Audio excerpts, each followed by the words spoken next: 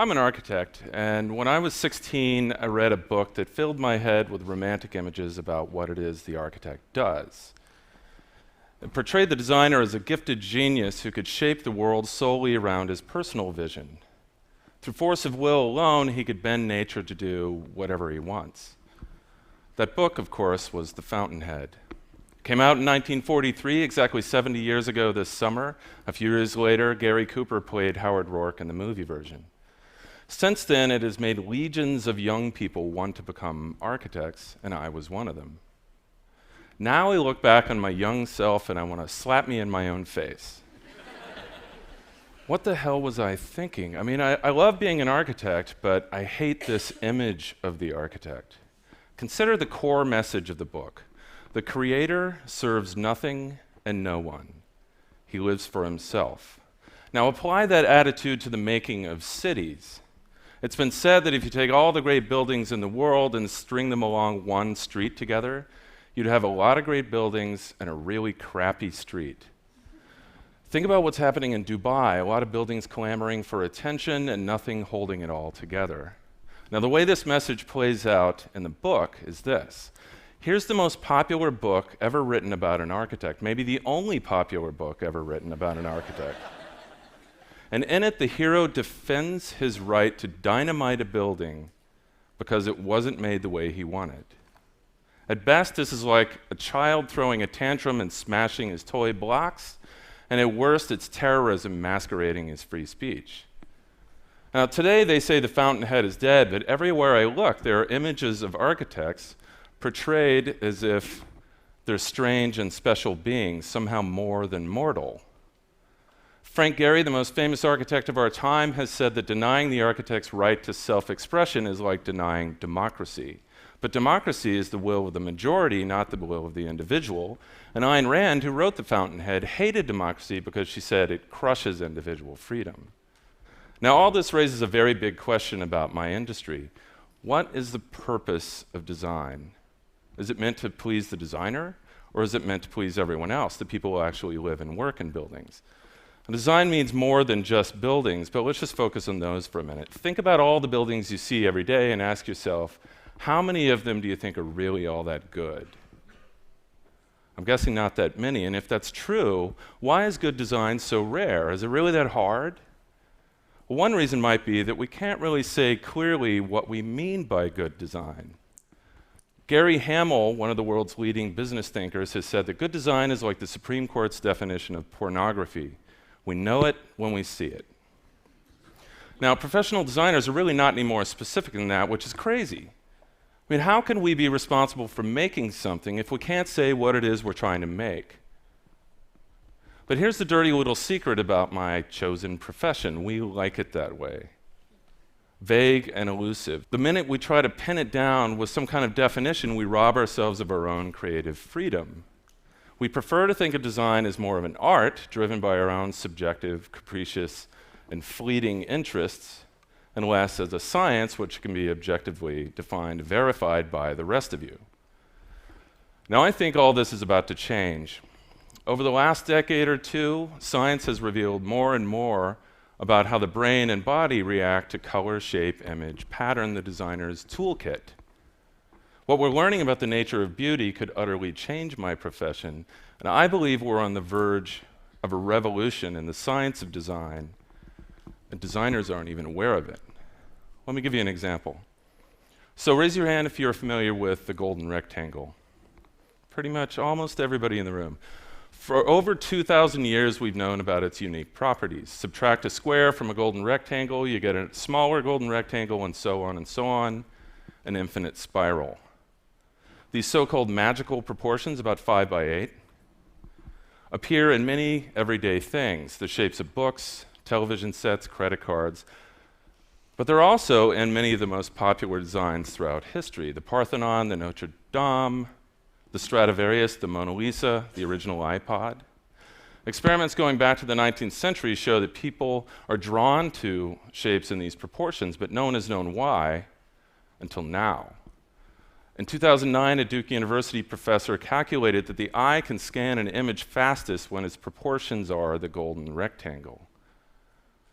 For instance, it's the ideal layout for a paragraph of text, the one most conducive to reading and retention.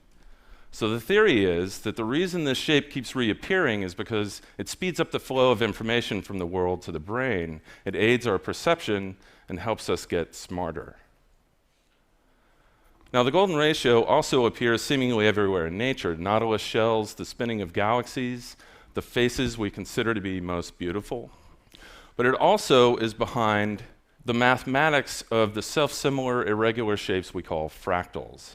Now, these tree-like shapes speed up the flow of matter and energy, which is why you see them in river deltas, lightning bolts, our own lungs. They're so common they've been called the fingerprints of nature, but they're also common in many historic designs: Moorish palaces, Persian domes, Gothic tracery, Japanese gardens. Now, the designers didn't necessarily understand the math behind all this, it just felt right to them. But the fact that these patterns keep reappearing across time and place suggests that they're universally desirable.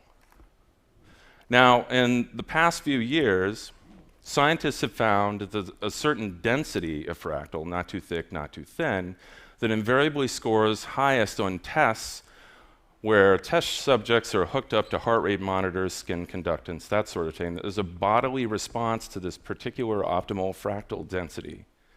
Now, why would that be? Well, first, all fractals remind us of trees, which, as the theory goes, we associate with shade, sustenance, survival in an evolutionary way. But not just any tree. A kind of acacia invariably scores highest on these sorts of tests I described. And here's why. The acacia is the dominant image of the African savanna, the environment where humanity spent the first 98% of its history. This is the cradle of the human race, the place where the eye and brain first evolved. Scientists believe that we carry the image of this original environment around in our genetic memory and try to reproduce it everywhere we go. Every golf course is a kind of sanitized savanna. As one biologist has put it, beauty is in the genes of the beholder.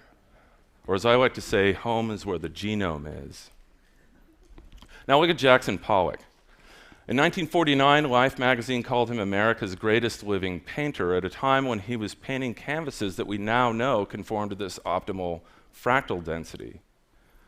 Could his career have been a lifelong attempt to excavate this image that's buried in all of our brains? For years, he flung his drips and drabs on the floor. You've seen those images, trying to recreate an image that all of our eyes are designed to look for. Now, we respond so dramatically to this pattern that the kinds of tests I mentioned a minute ago show that people will have reduced stress by as much as 60% just by being exposed to this kind of image. We relax when we see it. Think about that. Design can actually help you feel measurably better emotionally and physically. In recent years, we've found that certain shades of green can have the same effect. Why are we not designing every home, office, and city around colors, shapes, and patterns that science shows can be medically beneficial? In this country alone, we spend some $300 billion a year dealing with stress-related illnesses. Think about how design could help combat that. We're actually seeing this kind of thing play out in the most unlikely places. Favelas, or squatter villages, are liberated from the visions of architects. They're do-it-yourself cities. They're also the fastest-growing human habitat today, and by mid-century, they could be the prevailing kind of city, which means we can't afford to dismiss them as hopeless. We have to figure out how to learn from them. And what we're learning from them is this. They have many of the earmarks of sustainable development: high density, low energy, reclaimed materials, human scale, variety, active communities. In fact, careful study of these kinds of places show that people are so attached to them, when they can afford to leave, they end up coming back because they don't want to live anywhere else, which might be why the UN calls them slums of hope. But here's what's fascinating to me. Many of these favelas have been shown to have the same geometric principles as fractals. Their spaces and shapes can be irresistible because they have evolved out of universal human intuition for making shapes and spaces. It's instinctive urbanism. Jackson Pollock meets Italian hill town.